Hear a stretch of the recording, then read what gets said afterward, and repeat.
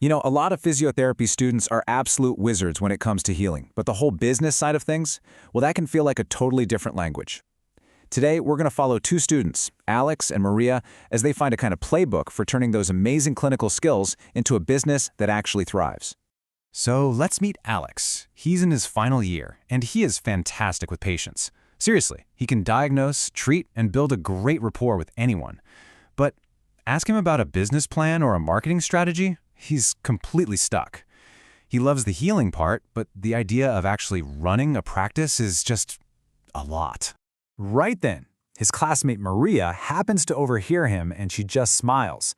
She says, "Alex, I know exactly how you feel. I was right there with you until I found this book. It's literally made to connect those two worlds, being a great clinician and a smart business owner." Alex is definitely intrigued, so he asks her to tell him more. And Maria lays out the book's roadmap. She says, it's super clear. First, you have to know your market. Then, you analyze your own position. After that, you build your marketing mix. And finally, it all comes together in a solid business plan. So, Maria starts with step one. Before you even dream up a logo or a catchy clinic name, she tells him, the book is really clear. Everything, and I mean everything, starts with market research. You've got to understand the world you're about to step into. Alex is like, okay, but what does that really mean? Maria explains it's all about trading your assumptions for actual facts. The book shows you how to do things like run online surveys, see what people are talking about on social media, and even check out your competitors to see what's working for them and what isn't. All right, that actually makes a ton of sense, Alex says. But I keep hearing my professors talk about something called a SWOT analysis. Sounds like something out of a spy movie. Maria laughs. Well, it's kind of like a strategy, but for your business. And according to this book, it is the perfect next step. So Maria leans in and asks him the same question the book poses to get you started. So what does SWOT actually stand for? It's just an acronym, a really simple tool to help you organize your thoughts and see the big picture from all sides. She points to the chart to break it down. So S is for strengths. These are your internal advantages, like say you have specialized skills in sports injuries.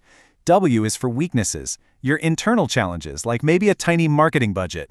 Then O is for opportunities. These are external things you can jump on, like a new gym opening down the street. And finally, T is for threats, external risks, like a new competitor opening up nearby. Okay, Maria continues. So once you know the market and where you fit into it, the book shows you how to actually make a move. This is where you build your strategy, and you use a tool called the marketing mix, or as the book calls it, the 7 Ps. Just think of these 7 Ps as the key ingredients in your business recipe, she says. You've got the basics: product, price, place, and promotion. But this book adds 3 more that are so important. People, because your team is a huge part of the patient experience.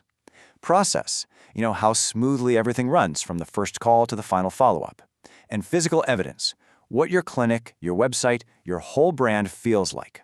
All of it matters. And we're not just talking about old school stuff, Maria adds. The book gets into all the modern tools, like online marketing and social media, and even looks at how cool new tech like VR and AR can be used in therapy. It's really about building a practice that's ready for the future.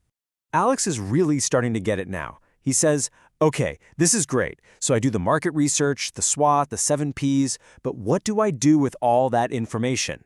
Maria just smiles. That's the last piece of the puzzle. All of that? It becomes the rock-solid foundation for your business plan. And the best part is, it's not just theory, she says. The book actually walks you step by step through a full case study of a fictional clinic called Kineto for You, so you can see exactly how all these ideas work in the real world. Maria shows Alex a page from the book. See? Look at this Gantt chart. It's basically a timeline. It breaks this huge goal down into small, manageable chunks. Month 1, find a space. Month 2, start advertising. Month 3, hire staff. And by month 4, you're actually treating patients. It turns a mountain into a checklist. And right then, you can just see it click for Alex. The cloud of anxiety just vanishes, and it's replaced with pure excitement. Wow, he says. When you see it laid out like that, it's not some big, scary mystery. It's just a process. It's a system. It's something I can actually learn.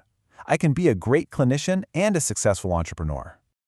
And just like that, Alex's entire outlook has shifted. He now sees a clear path forward from being a student clinician to becoming a future clinic owner. He feels totally empowered to really master the business of healing. So really, the main takeaway here is that building a successful practice isn't some secret you're born with. It's a skill.